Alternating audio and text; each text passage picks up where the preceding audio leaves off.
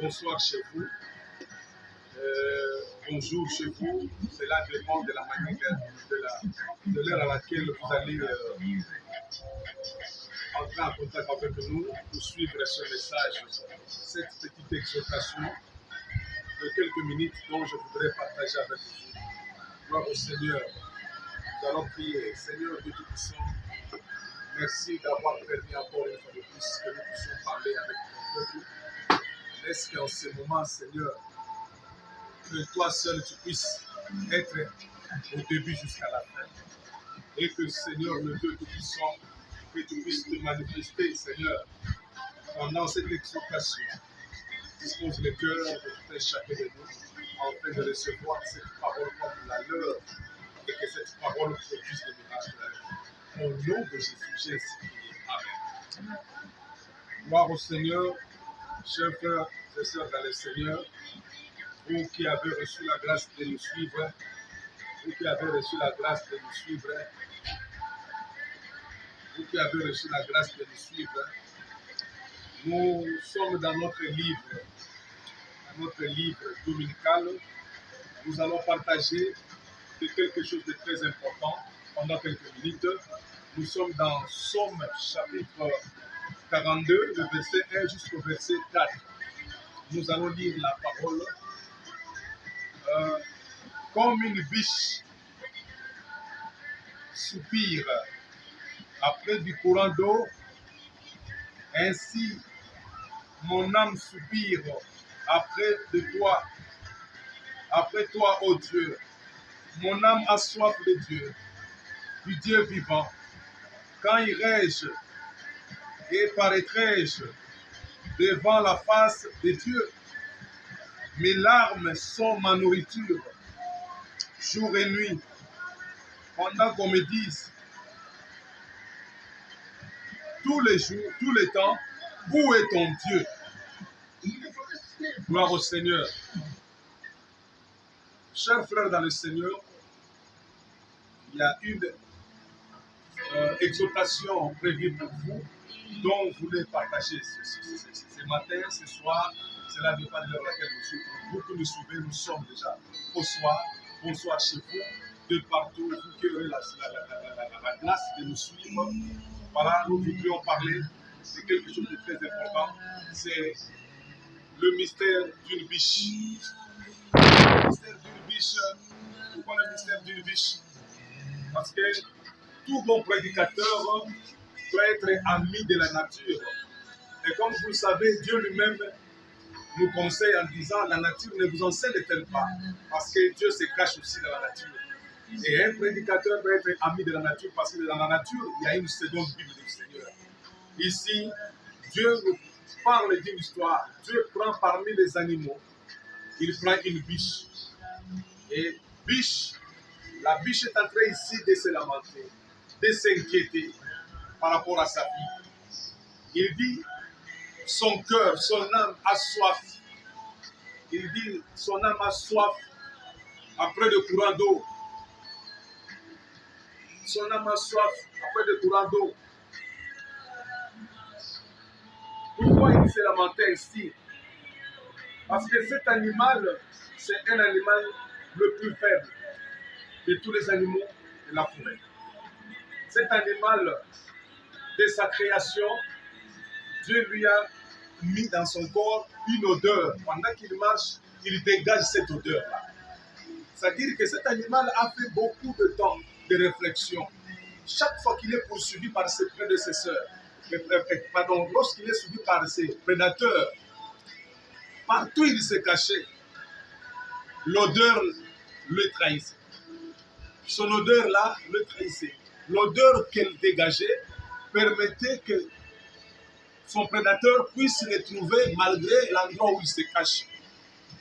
Voici comment Dieu nous amène à un enseignement en prenant un animal qui, lorsqu'il marche, elle dégage une odeur. Cet animal s'est caché dans une creux, pensant que dans cette creux-là, il ne peut pas être trouvé par ses prédateurs. Mais chaque fois qu'il se cache, lorsque le prédateur le suit, en suivant l'odeur, il les trouve et il les tue. Il a commencé à faire, il a commencé à pleurer dans son cœur. Mais où irai-je? Où est-ce que je peux me cacher pour ne pas être trouvé par le prédateur? J'ai tout fait par mes efforts. Je me suis caché dans une fosse. Je me suis caché dans une grotte. J'ai été toujours trouvé. Et non, il a pris la décision, cet animal, dans la biche. Son âme commençait à avoir faim, soif d'un courant d'eau, d'un torrent. Mon âme a soif d'un courant d'eau, d'un torrent d'eau. Bien-aimé, voici comment Dieu prend la nature pour nous enseigner. Mon frère, ma soeur, là où tu es, c'est vrai, on parle d'une biche. Mais cette biche ici est l'image de toi qui me suis en ce moment. Tu es une biche, car tu as une odeur que tu dégages. Cette odeur-là, malgré là où tu peux te cacher, cette odeur permettra à celui qui te poursuit de t'attraper.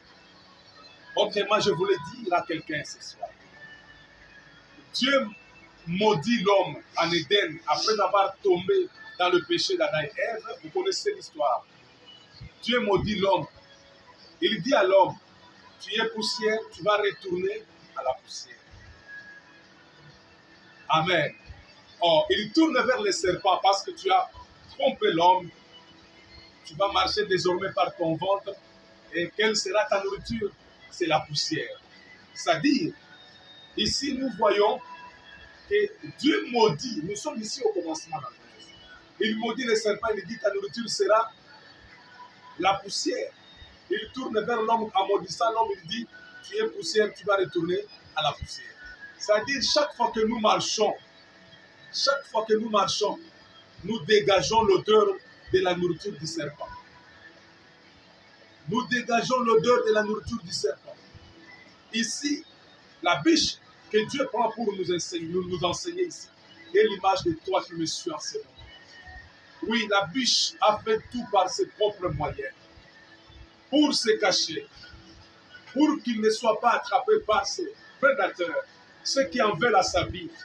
Mais cette biche oubliait une chose, qu'il avait une odeur qui permettait à ceux qui le cherchaient qu'ils puissent la trouver. Frère, cette biche n'est qu'une image, une image de ta vie. Toi aussi, tu es l'homme. L'homme est poussière. L'homme dégage l'odeur de la nourriture du serpent. Le serpent dont on parle ici, c'est le diable lui-même. C'est le diable lui-même. Le diable va t'attraper partout où tu seras. Même si tu te caches, le diable va t'attraper. C'est pourquoi, chaque fois que cet animal biche s'est caché, il pensait qu'il s'est caché. Tu peux ou ne pas sortir de ta maison. Tu peux aller dormir dans une église.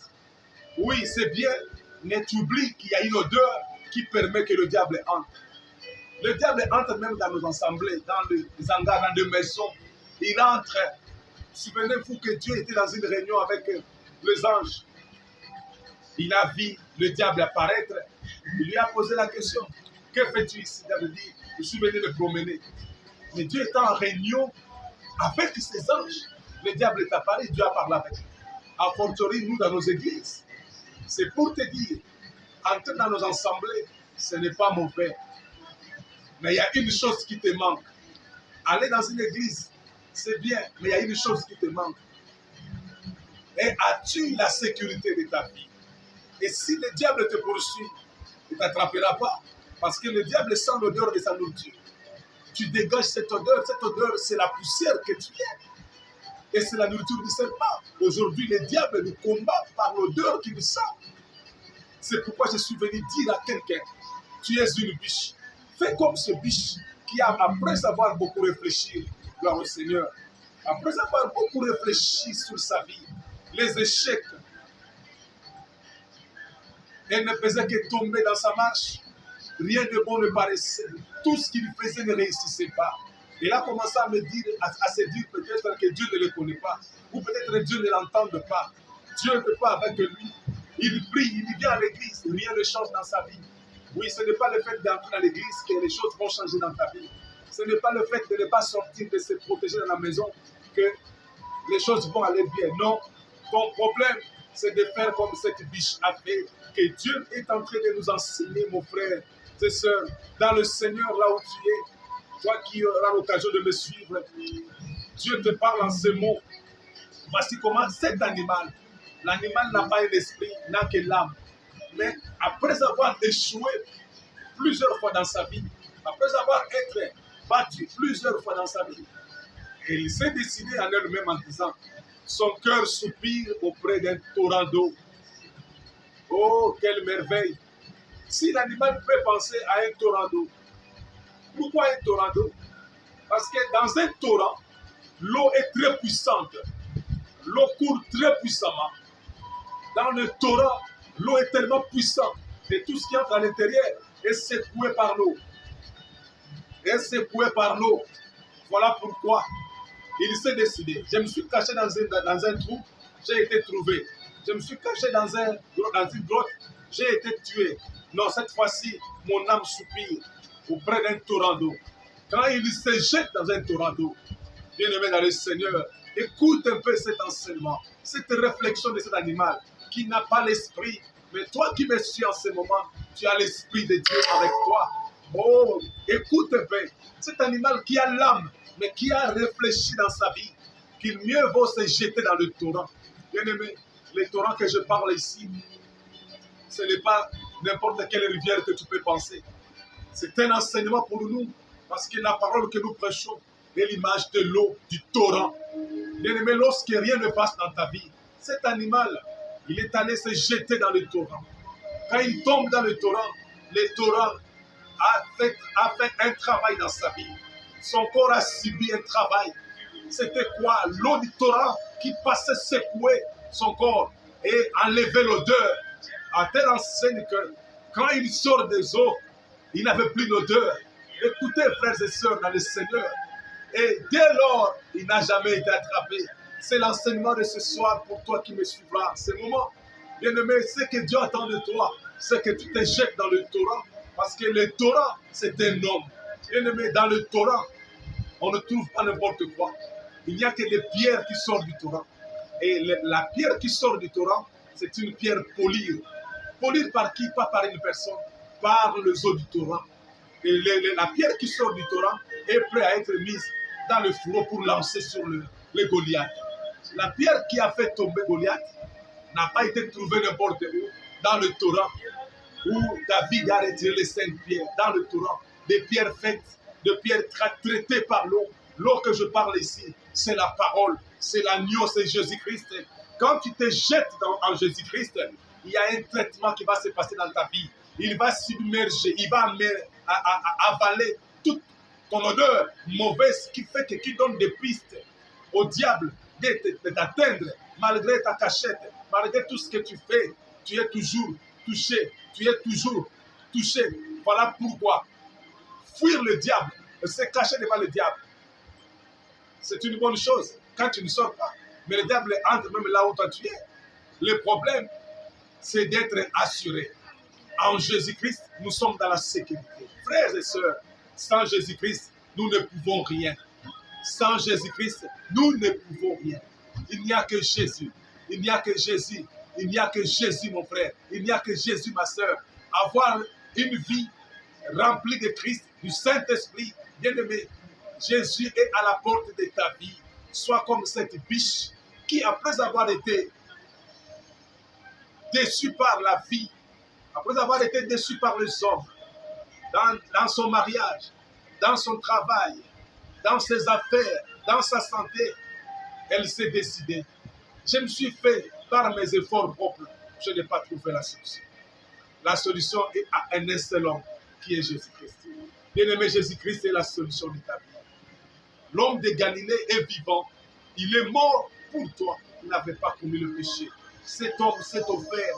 Il s'est fait pécher pour que l'odeur que tu dégageais, qui permettait aux sorciers de votre famille de te toucher, de bloquer ta vie, qui permettait aux occultistes de dominer ta vie, qui permettait à tous qui se prenaient devant toi de te faire du mal. Bien-aimé, laisse-moi te dire, Jésus a dit, vous tous qui êtes fatigués et chargés, venez à moi, je vous donnerai du repos. Jésus est notre Pâque. Le repos, c'est la Pâque, c'est la délivrance. Tu ne peux que te reposer.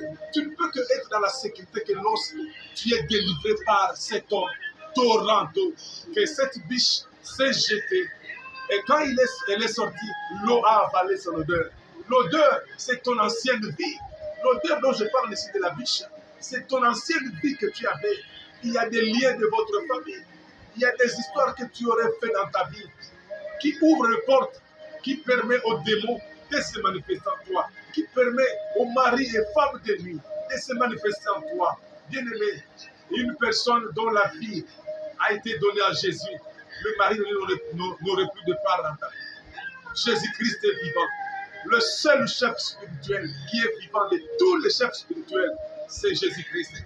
La force du christianisme, et elle se diffère des autres ismes en quoi? C'est par la résurrection de Jésus.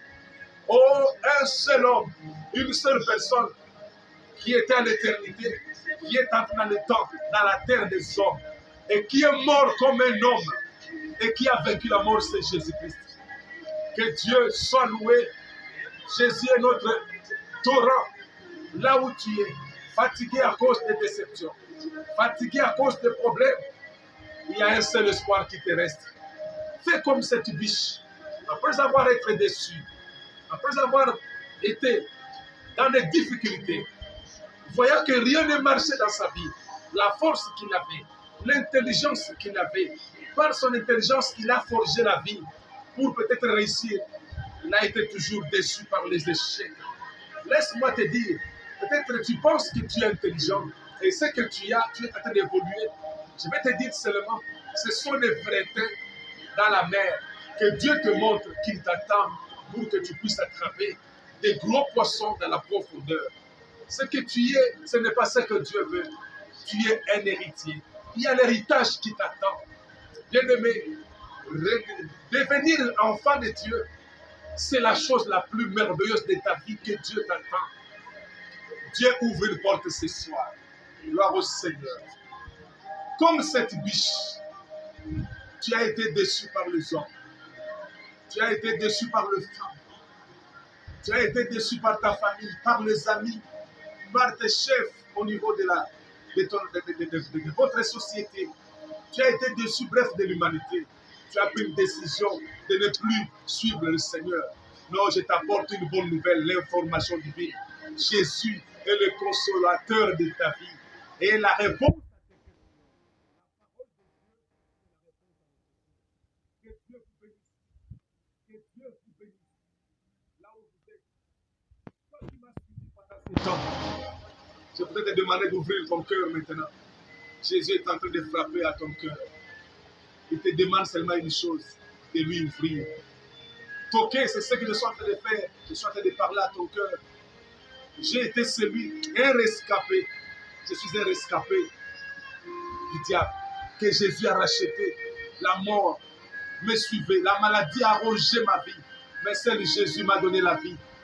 Jésus peut te donner encore la vie là où tu es. Dans n'importe quelle déception que tu as eue, ces déceptions sont des portes pour toi, pour se jeter dans le torrent. Le torrent va changer ta couleur. Le torrent va changer ta nature. Ton ancienne vie va partir. Tu retrouveras une nouvelle vie. Oui, il n'y a pas de lien. Et tu parleras vraiment, tu fêteras vraiment la vraie Pâque pour toi. Et c'est comme ça que tu parleras de la Pâque et du repos pour toi. Parce que Jésus est notre Pâque. La Pâque, c'est le repos, c'est la délivrance. Souvenez-vous de Jésus. L'agneau que l'Israël a mangé à l'Égypte. Pour sortir, il faut manger l'agneau. Si tu manges l'agneau, ça dit si tu acceptes Jésus dans ta vie, c'est ça manger l'agneau. C'est un langage biblique pour te permettre à comprendre la pensée de notre Dieu. Dieu t'aime là où tu es. Dieu t'aime, mon frère. Le seul espoir qui te reste, c'est Jésus-Christ.